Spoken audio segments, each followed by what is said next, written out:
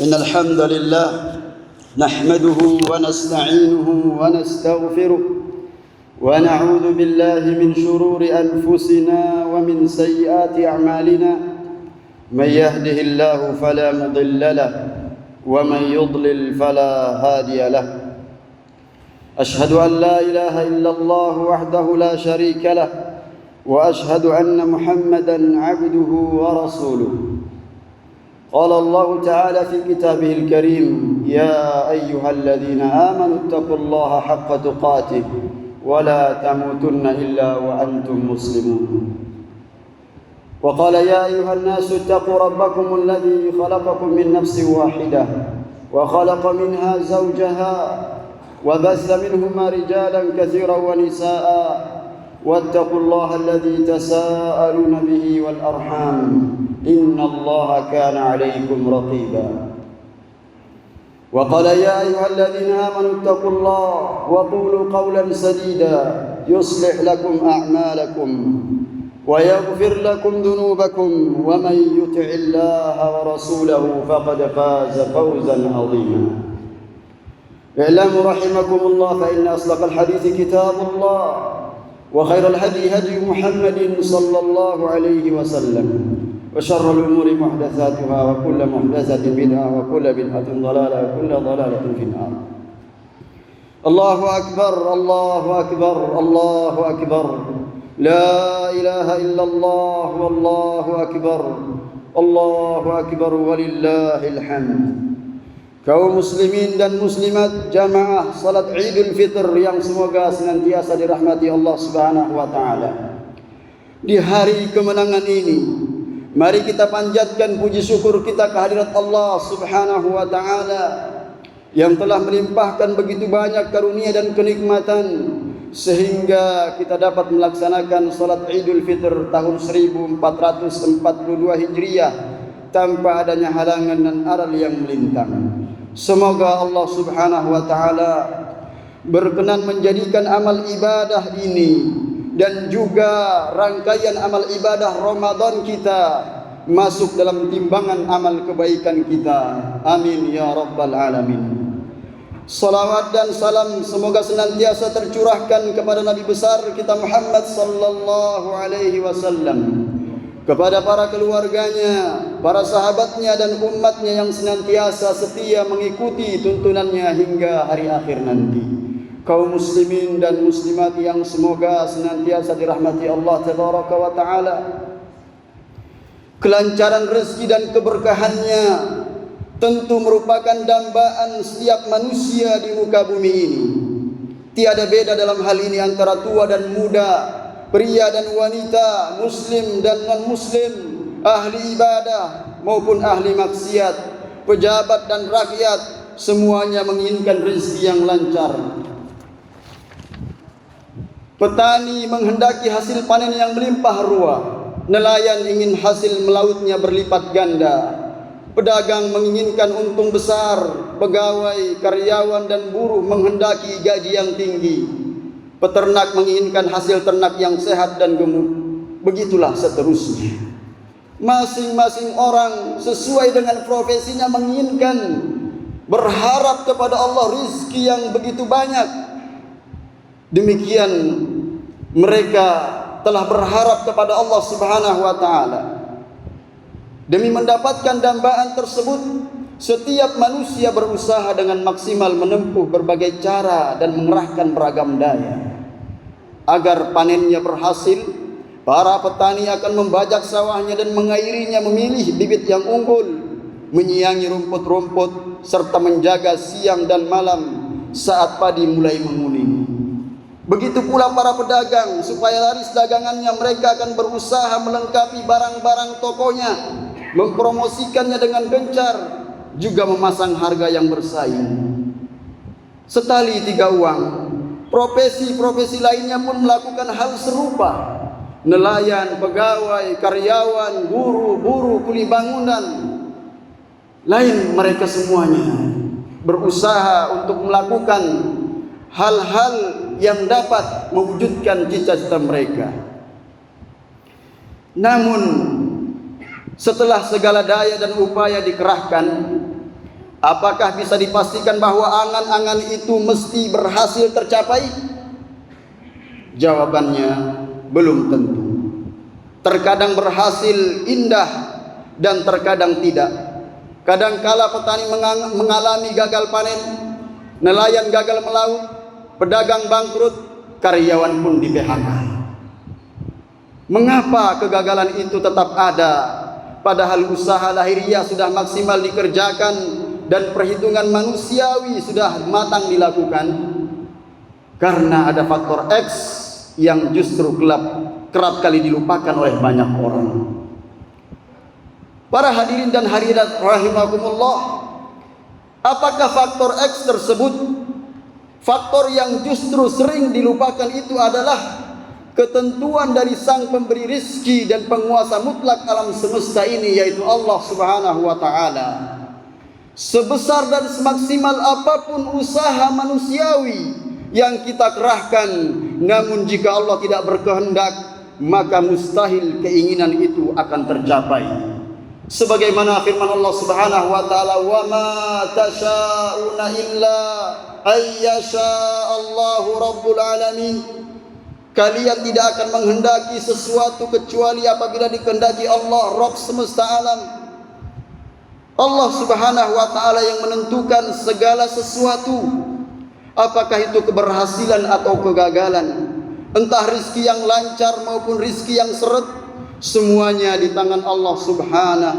Kita hanya bisa berusaha lahiriah secara maksimal, adapun mengenai hasil akhir itu hanyalah Allah yang bisa menentukannya. Maka dari itu jamaah rahimakumullah, selain usaha fisik yang dilakukan, kita juga harus berusaha bagaimana supaya Allah berkenan menentukan yang terbaik untuk kita. Satu-satunya jalan yang mengantarkan kita ke sana adalah dengan meningkatkan kualitas ketakwaan kita kepada Allah Sang Khalik Tabaraka wa Ta'ala. Semakin kita patuh kepadanya, maka curahan kasih sayangnya kepada kita sekalian pun akan semakin besar. Dan itulah apa yang kita cari dari kehidupan ini, meningkatkan kualitas ketakwaan, dan merupakan tujuan daripada orang-orang berpuasa Ramadan, dan juga tujuan ketika kita melaksanakan sholat 5 waktu, agar meningkatkan ketakwaan kita kepada Allah Subhanahu wa ta'ala. Sebagaimana firman Allah Subhanahu wa ta'ala, "Wa may yattaqillaha yaj'al lahu makhraja wa yarzuqhu min haitsu la yahtasib wa may yatawakkal 'alallahi fahuwa hasbuh." Barang siapa yang bertakwa kepada Allah, niscaya Dia akan membukakan jalan keluar baginya, dan Dia memberinya rezeki dari arah yang tidak disangka-sangka.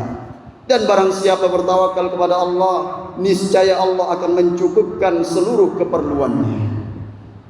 Dalam ayat di atas jamaah rahimakumullah, Allah Ta'ala menyebutkan berbagai buah manis ketakwaan, yang diantaranya adalah kelancaran rizki, yang terpenuhinya segala hajat. Ini adalah merupakan buah manis dari ketakwaan. Ini baru keuntungan takwa yang bersifat duniawi.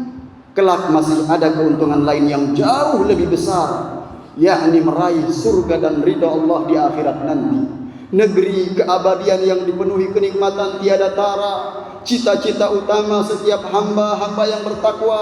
Allahu Akbar, Allahu Akbar, La ilaha illallah, Allahu Akbar, Allahu Akbar, walillahil hamd. Jamaah Idul Fitri yang kami hormati, secara garis besar ketakwaan itu terbagi dua.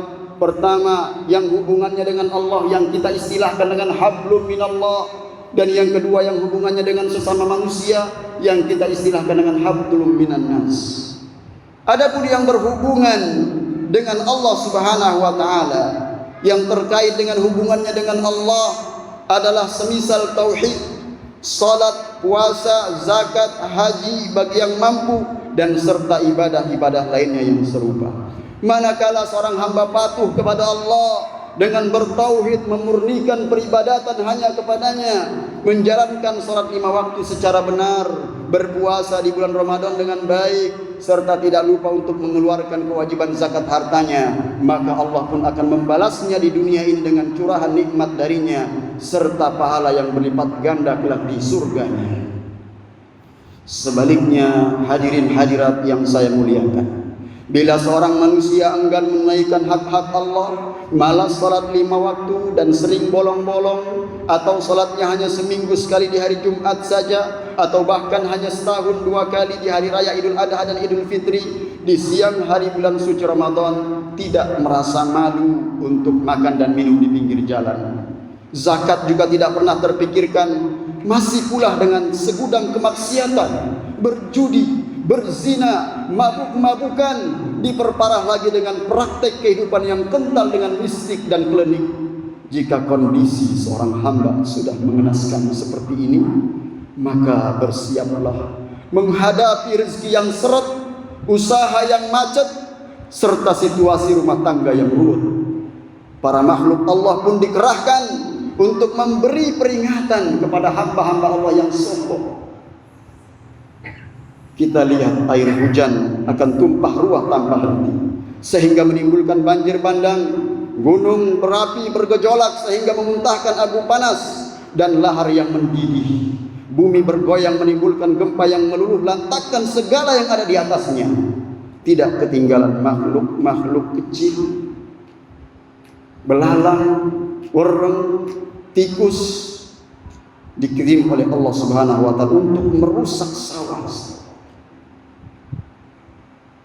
Jauh lebih besar yang Allah utus untuk memperingatkan umat manusia, makhluk yang teramat kecil yang tidak terlihat, lebih kecil dari bakteri, yaitu virus corona yang telah menyebar di seluruh penduduk dunia, yang mereka sangat kewalahan menghadapinya.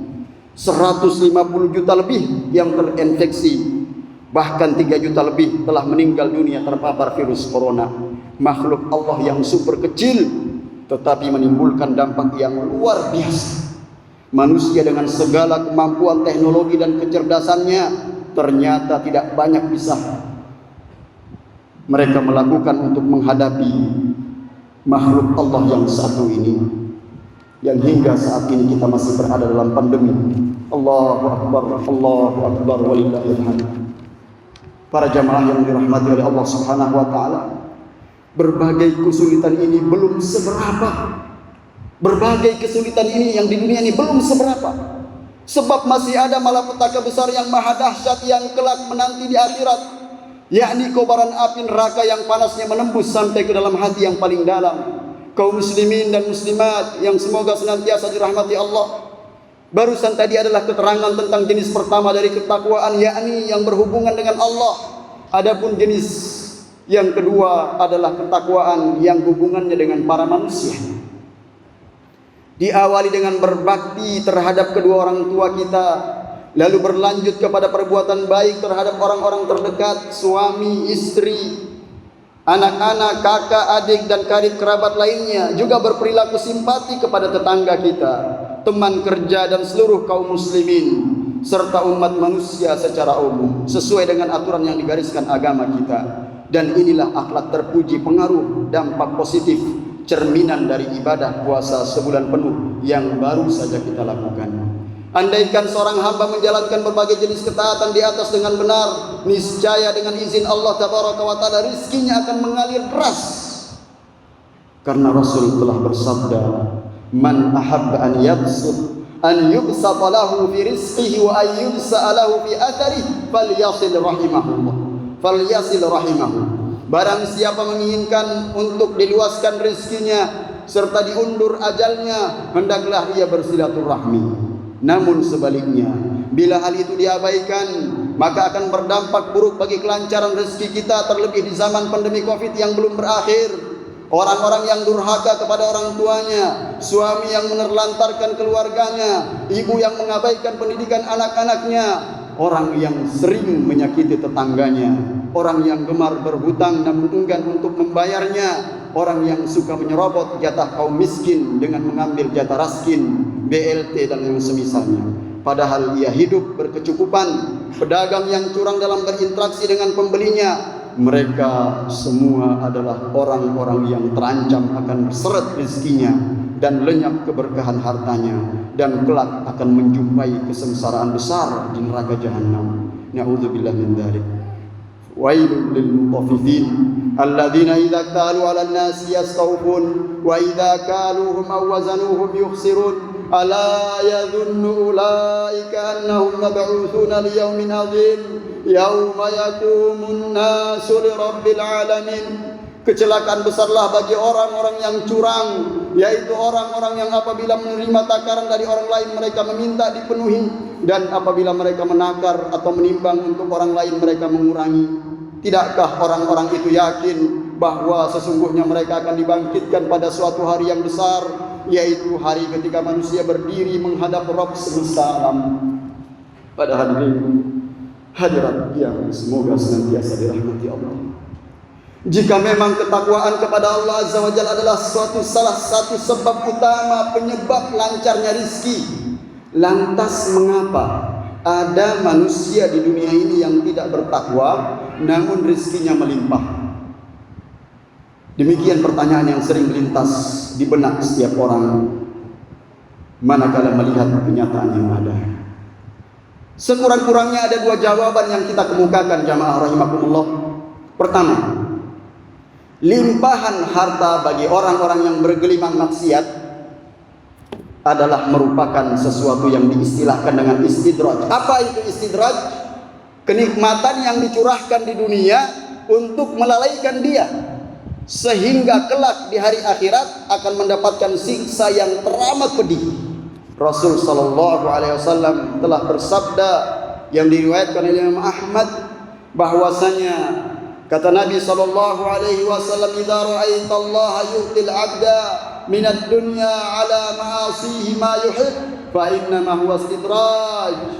Falamma nasu ma dzukiru bihi fatahna 'alaihim abwaaba kulli syai' hatta idza farihu bima utu akhadnahum baghtatan fa idza hum mublisun." Bila engkau melihat Allah mencurahkan harta dunia yang diinginkan seorang hamba padahal ia gemar bermaksiat, maka ketahuilah bahwa itu merupakan istidraj. Lalu Rasulullah SAW membaca firman Allah, ketika mereka melupakan peringatan yang telah diberikan kepada mereka, kami pun membukakan semua pintu kesenangan untuk mereka, sehingga ketika mereka bergembira dengan apa yang telah diberikan, kami siksa mereka secara tiba-tiba, maka ketika itu mereka pun terdiam putus asa. Jawaban yang kedua, rizki yang banyak tidak selalu mendatangkan keberkahan. Rizki yang banyak tidak selalu mendatangkan keberkahan. Betapa banyak orang yang bergelimang harta dunia namun hati mereka tidak pernah merasa tenang.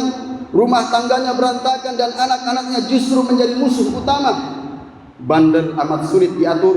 Itu semua merupakan sinyal ketidakberkahan rezeki seorang hamba. Maka waspadalah. Jamaah Idul Fitri yang kami hormati, khutbah tadi memuat penjelasan tentang salah satu kunci utama rizki, yaitu ketakwaan kepada Allah Subhanahu wa ta'ala. Namun penting untuk ditekankan bahwasanya dalam beribadah kepada Allah, seorang hamba tetap menjadikan niat utamanya adalah mencari keridhaan Allah, bukan yang lain. Sehingga Nabi mengajarkan kita pagi dan petang mengucapkan 3 kali, raditu billahi rabba wa bil islami dina wa bi Muhammadin sallallahu alaihi wasallam nabiyya. Maka Allah akan ridha kepada orang yang mengucapkannya 3 kali di waktu petang dan 3 kali di waktu pagi. Kita mencari keridhaan Allah, jamaah rahimakumullah. Kenapa? Karena keridhaan Allah itu lebih besar. Wa ridwanun minallahi akbar, dzalika huwal fawzul azim. Karena keridhaan Allah itu lebih besar, itulah kemenangan yang sangat agung. Kaum muslimin dan muslimat yang semoga senantiasa dirahmati oleh Allah Subhanahu wa taala. Adapun keuntungan duniawi adalah tujuan sekunder dari ketakwaan, bukan tujuan primer. Rasulullah SAW menerangkan, "Man kanat akhiratu hammah, ja'alallahu ginahu fi qalbihi wa ja'ala lahu syamlah wa atathu dunya wa hiya raghimatun wa man kanat ad-dunya hammah ja'alallahu faqrahu baina 'ainayhi wa farraqa alayhi syamlah wa lam ya'tihi min ad-dunya illa ma qaddara lahu." Barang siapa yang menjadikan akhirat sebagai tujuan utama, niscaya Allah akan menjadikan kekayaan berada di dalam hatinya. akan dilancarkan urusannya, serta dunia akan datang dengan sendirinya. Sebaliknya, barang siapa yang menjadikan dunia sebagai tujuan utamanya, niscaya Allah akan menjadikan kemiskinan selalu berada di depan kedua matanya. Urusannya akan berantakan dan di dunia tidak akan didatangkan padanya kecuali apa yang telah ditentukan untuknya saja. Kaum muslimin dan muslimat yang semoga dirahmati Allah Subhanahu wa taala. Pada hari ini kita merasakan kebahagiaan dan kegembiraan yang luar biasa karena Allah taala kembali mempertemukan kita dengan Idul Fitri yang penuh berkah, di mana tahun lalu kita beribadah di rumah kita masing-masing. Disunahkan bagi kaum muslimin dan muslimat yang bersalat Idul ketika dia pulang, maka melewati jalan lain yang berbeda dengan jalan yang dia lalui ketika berangkat. Hal ini dalam rangka mencontoh apa yang dipraktikkan oleh Nabi SAW, menampakkan syiar-syiar Islam, menebarkan salam dan hikmah-hikmah mulia lainnya. Sudah merupakan suatu hal yang lazim di hari ini.